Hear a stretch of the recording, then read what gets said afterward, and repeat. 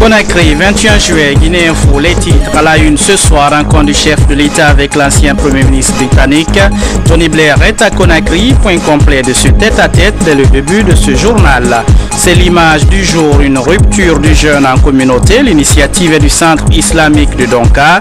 De Kaloum, elle se poursuivra sur toutes les communes de la capitale. Les détails dans un instant. Et puis nous irons à Maferinya, en image bien sûr, pour parler d'environnement. Les spécialistes de la question sont en colère contre les charbonniers. Ce sont des ennemis de la nature selon plusieurs. Ibrahima Keita nous en dira plus dans Guinée Info, votre journal. Bonsoir à tous, merci de nous choisir. Vous êtes sur la télévision nationale. Tout de suite, pour commencer, ce décret portant proclamation d'une journée nationale de deuil et de recueillement. Le président de la République, vu la Constitution, décrète. Article 1er. La journée du lundi 22 juillet 2013 est déclarée journée nationale de deuil et de recueillement à la mémoire des victimes des événements survenus à Zérékoré et à Beila. Article 2. Le drapeau national sera en sur toute l'étendue du territoire. Article 3. Le présent décret qui prend effet à compter de sa date de signature sera enregistré et publié au journal officiel de la République. Conakry le 21 juillet 2013, professeur Alpha Condé. Ce qui concentre l'attention ce soir arrivé à Conakry de l'ancien Premier ministre britannique. Tony Blair rencontre Alpha Condé. Ils ont parlé de comment améliorer les relations qu'entretient le gouvernement guinéen avec la Fondation Africa's Governance Initiative. C'était au palais Sékou Toureya, comme le montre ce compte rendu signé Doudou Traoré, Mohamed Lamine Souma. L'ancien premier station de joie des retrouvailles avec son grand ami et frère, le président Alpha Condé. Les échanges entre les deux hommes d'État ont porté sur la consolidation des relations de coopération entre la Fondation Africa's Governance Initiative de Tony Blair et le gouvernement guinéen. Une coopération qui se veut féconde à l'image de Nemba, le dieu de la fécondité de la culture guinéenne, Baga. Je suis très heureux d'être de nouveau en visite en Guinée dans le cadre de soutien que mon fondation Africa Governance Initiative apporte au gouvernement guinéen. Je tiens tout d'abord à féliciter le président de la République ainsi que tous les autres acteurs politiciens guinéens pour l'accord qui a été trouvé en début de ce mois. Cet accord ouvre la voie à des élections législatives inclusives et transparentes qui seront une étape essentielle pour la Guinée. Je viens d'avoir une réunion de travail très productive avec le président Alpha Condé, pendant laquelle nous avons abordé les priorités pour le développement économique et social du pays. Moi, j'ai confiance qu'à la suite des élections, le président et son gouvernement vont pouvoir poursuivre la mise en œuvre de leur agenda de réforme et de développement économique au bénéfice de la population guinéenne. Dans la même foulée, la première dame de Guinée, Hadja Djené Kaba Condé, a eu des échanges empreints d'amabilité avec Madame Chéri Blair. Le couple présidentiel a par la suite raccompagné ses hôtes pour le départ de Conakry, avec la ferme promesse de se revoir très prochainement. Plusieurs Guinéens ont passé la nuit d'hier la peur au ventre après des secousses qui ont été ressenties à Conakry, même dans certaines villes du pays. Nous vous proposerons dans nos prochaines éditions les réactions des spécialistes pour comprendre ce phénomène. Mais tout de suite, cet appel du secrétaire général aux affaires religieuses, Elhaj Aboubakar Diassi, invite les Guinéens à promouvoir la cohésion sociale. Suivez. Beaucoup de droits que nous nous devons mutuellement sont violés. Les agressions verbales et physiques sont devenues monnaie courante. Les vertus comme le pardon et l'amour du prochain sont sérieusement entamés et ont cédé la place à la haine et à la vengeance. Sachant que le Dieu qui nous commande tous est très miséricordieux à l'égard de ceux qui respectent ses lois, est très dur de châtiment à l'égard de ceux qui se détournent de ces enseignements pour semer la haine, le désordre et la mort. C'est pourquoi nous vous invitons tous, sans exception, à revenir à de meilleurs sentiments en abandonnant la voie du mal au profit de la voie du bien, afin d'éviter à notre pays la colère et le châtiment de Dieu le Tout-Puissant. Et puis cette réaction du RPG Arc-en-Ciel après les récents et douloureux événements de Zérékoré et de Beila, le parti au pouvoir condamne ces actes et salue le retour progressif du calme en région forestière. Nous vous proposons un extrait de la déclaration de la coordinatrice nationale du RPG. Elle est au micro de François Marat. Au nom du RPG Arc-en-Ciel et tous ses alliés, nous condamnons avec véhémence cette furie meurtrière qui endeuille tout le peuple de Guinée en général et les braves populations de la Guinée forestière en particulier. Le RPG Arc-en-Ciel, dans toutes ses composantes, s'incline pieusement devant la mémoire des illustres disparus, compatit à la douloureuse des blessés et adresse aux familles éplorées ses condoléances les plus émues. Le RPG Arc-en-Ciel convie les populations éprouvées de la Guinée forestière au calme, à la sérénité, à la culture de la paix, à la non-violence et à la tolérance mutuelle, sans lesquelles il ne saurait y avoir aucune possibilité de vivre ensemble.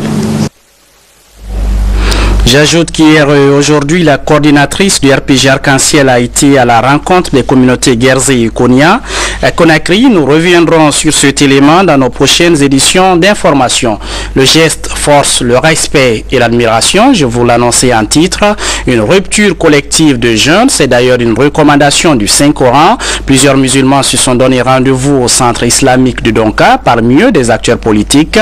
L'opportunité d'échanger sur des questions d'actualité nationale sans passion. C'est ce que nous montre Ablaï Ningilande Diallo dans ces images.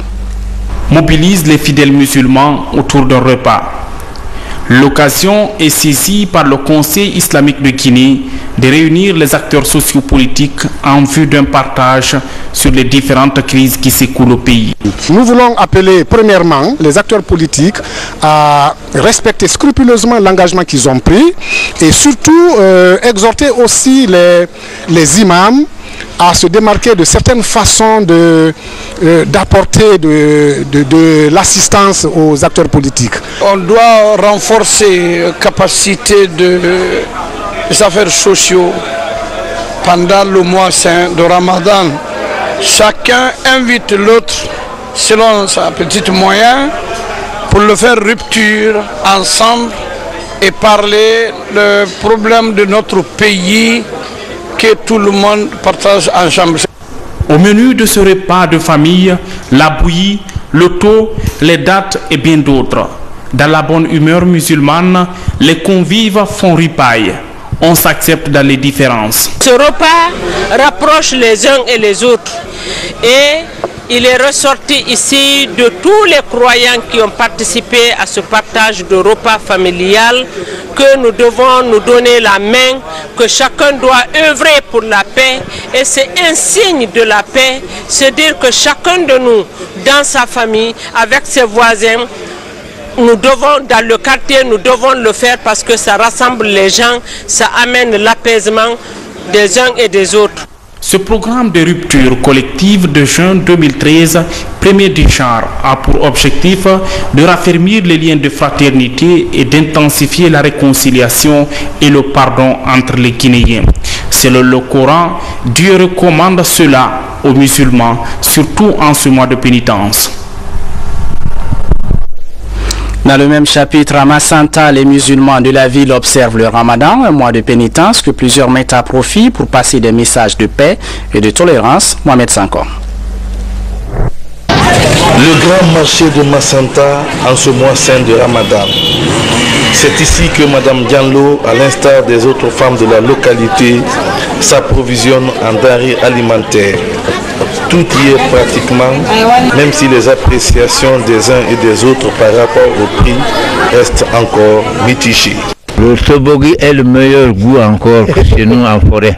À cette période de l'année, les hommes, généralement, ceux qui ravitaillent madame en bois. Ici à Massanta, la coupure du jeûne se fait en famille. Certains ménages ouvrent leurs portes à tous les musulmans, tels que écrit dans les livres saints.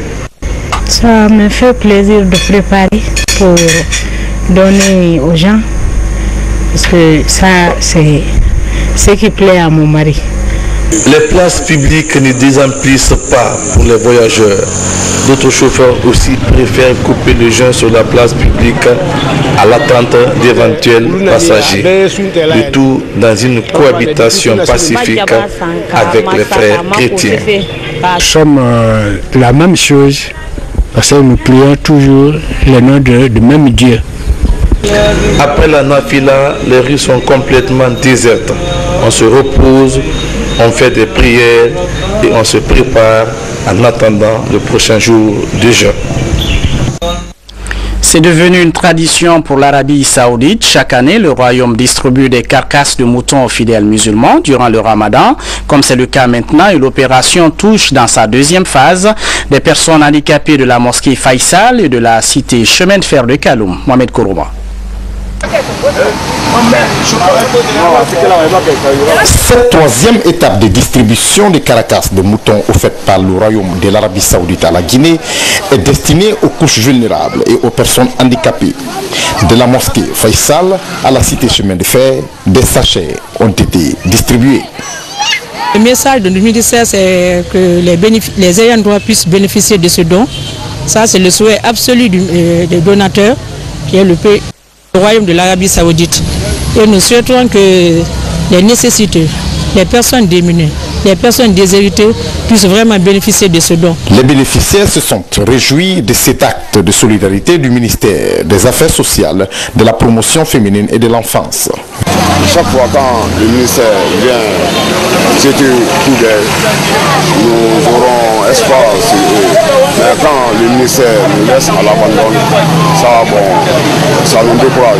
Ça va nous décourager. A rappeler que déjà, les deux premières étapes de cette distribution de carcasses concernaient l'intérieur du pays et les associations caritatives. Et puis on se rend à Quincan, c'est une bonne nouvelle pour les ménagères. La cité de Nabaya, une petite unité de fabrique de savon, c'est l'œuvre d'un ressortissant de la localité, une initiative privée que nous présente notre correspondant régional, Fodé Bangali Fofana. Dans la zone de l'ex-aéroport de Cancan se trouve cette petite fabrique de savon. L'unité fabrique toutes sortes de savons de marque Asta, depuis les savons de lessive jusqu'aux savons de toilette.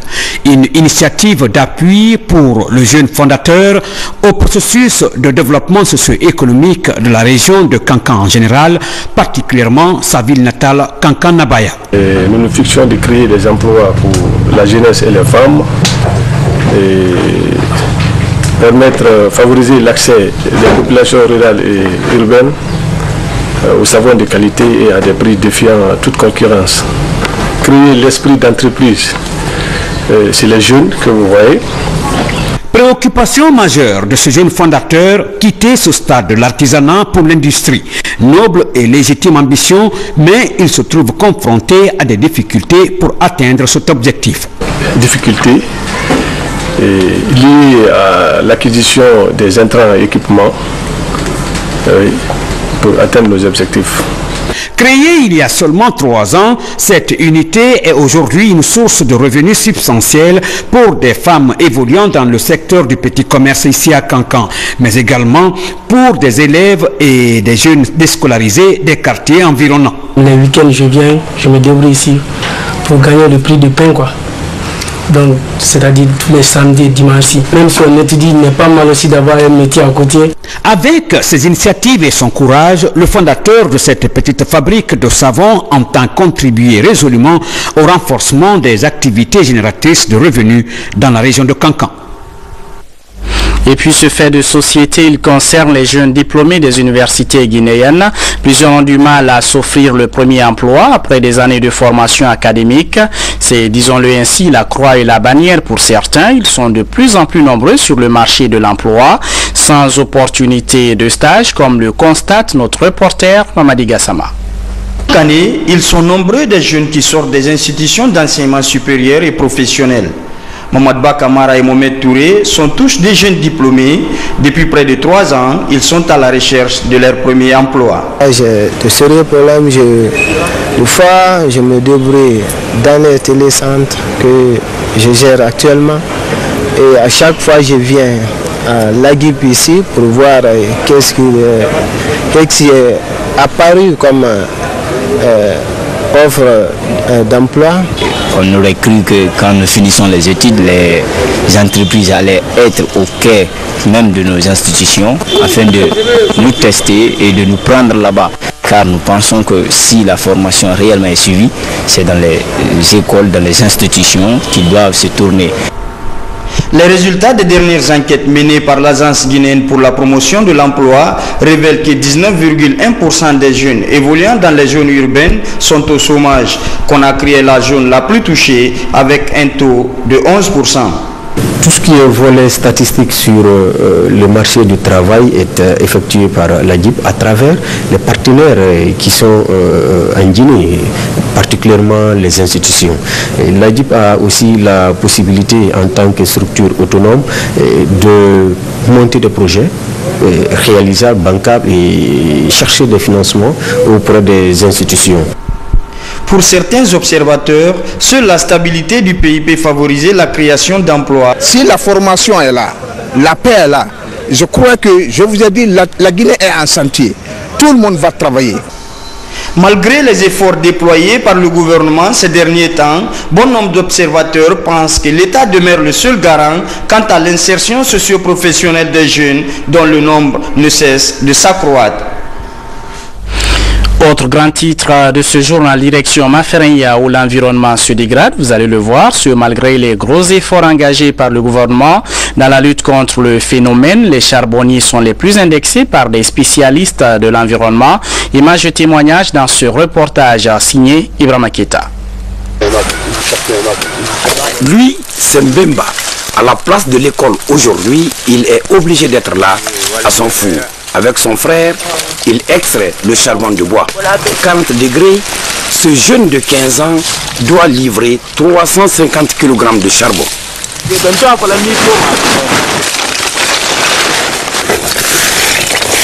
Contrairement aux autres jours, Mbemba a une commande de 10 sacs.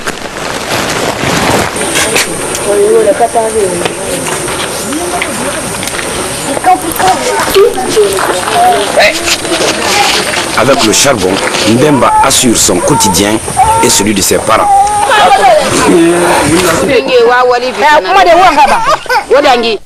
Maman, voilà pour la dépense du jour.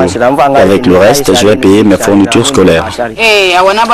En Guinée, plus de 90% des familles utilisent le charbon de bois. Et le revers de la médaille, le besoin accru en bois. Conséquence, la dégradation de l'environnement. Je sais que ce n'est pas bon de couper du bois, mais vous voyez, comme mes parents n'ont rien, je suis obligé de couper du bois et faire le charbon au lieu de voler. Cela me permet de supporter mes parents naturellement. Comme Mbemba, ils sont des centaines de carbonisateurs dans son village et aux pour obtenir le charbon du bois. Ils réunissent des tonnes de bois à travers un four à ciel ouvert, recouvert d'herbes et de terre. L'étape la plus importante, ils mettent le feu au four. Tout le processus prend 10 jours, mais cette activité est interdite par la loi. Les défenseurs de l'environnement se battent pour arrêter ces ennemis de la nature.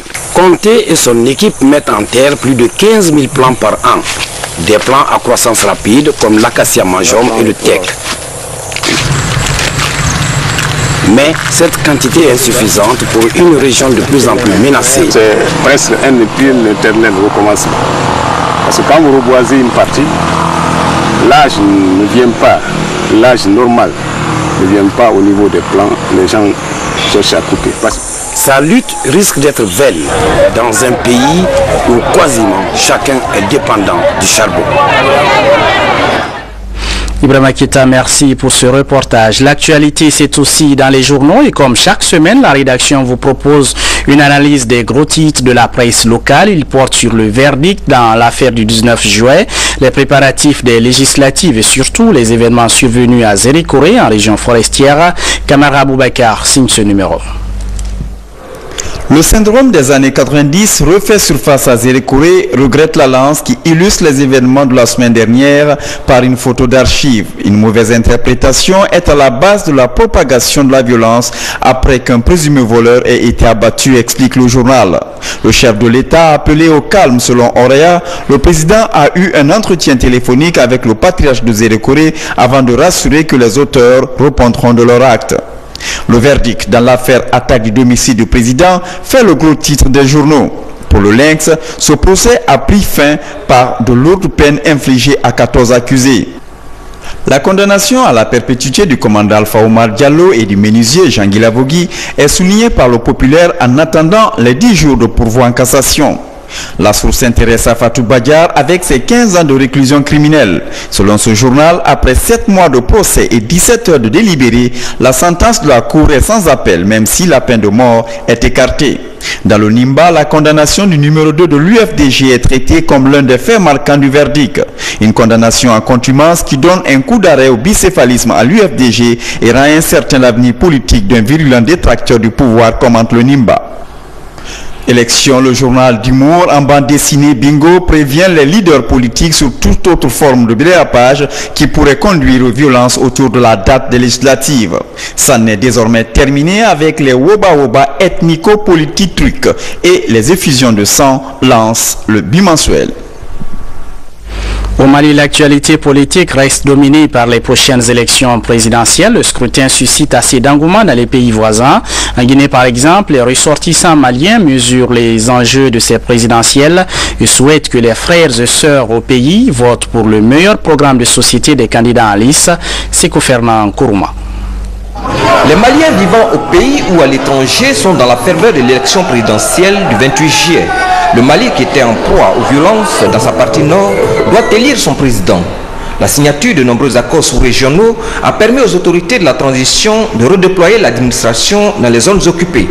Depuis, les partis en lice sont en campagne. Le scrutin du 28 juillet est capital pour nous. Jamais une élection présidentielle n'aura eu lieu d'importance pour notre Mali. Alors, faisons un bon choix. Si nous parlons du Mali ici, c'est parce que les Guinéens nous ont bien accueillis. Si Ibrahima Boubacar passe, Dieu nous aidera, car il fait ce qu'il dit.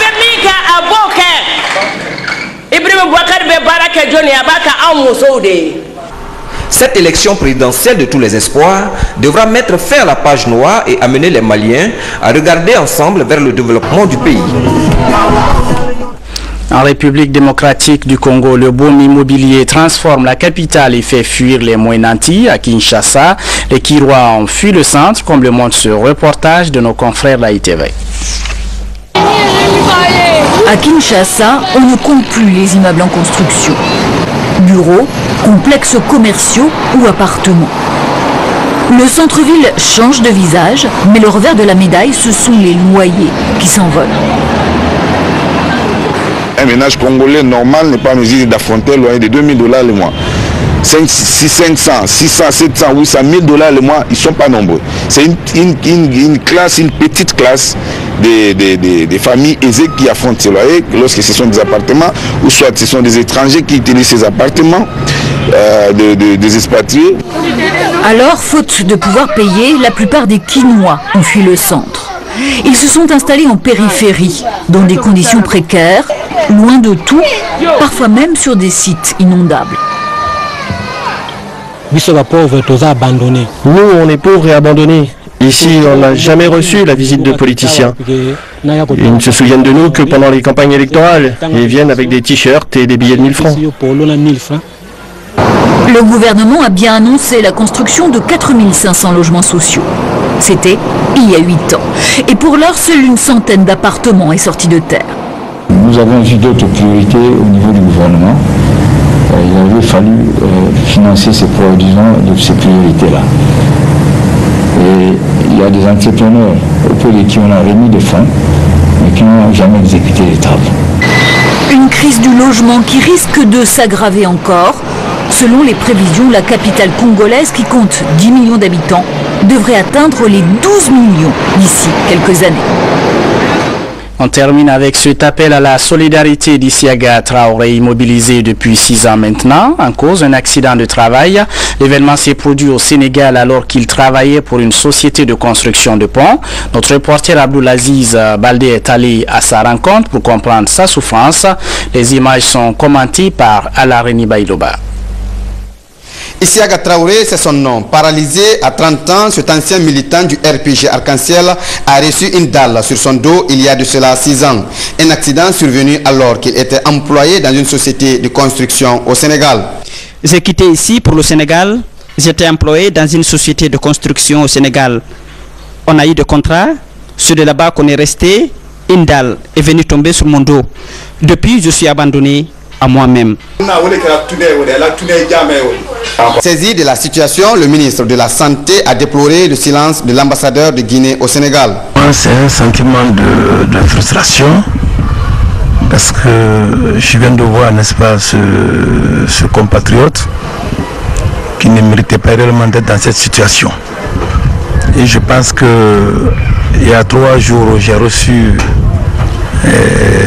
une plainte qu'il a portée contre notre ambassadeur qui était au Sénégal.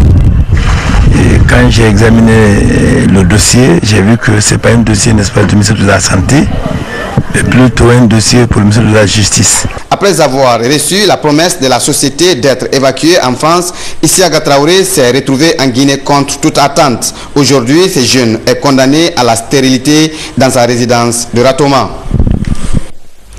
Voilà, c'est tout pour les infos. Merci de nous regarder à Kamsar, à Beila et à Tougué. Restez fidèles à la télévision nationale.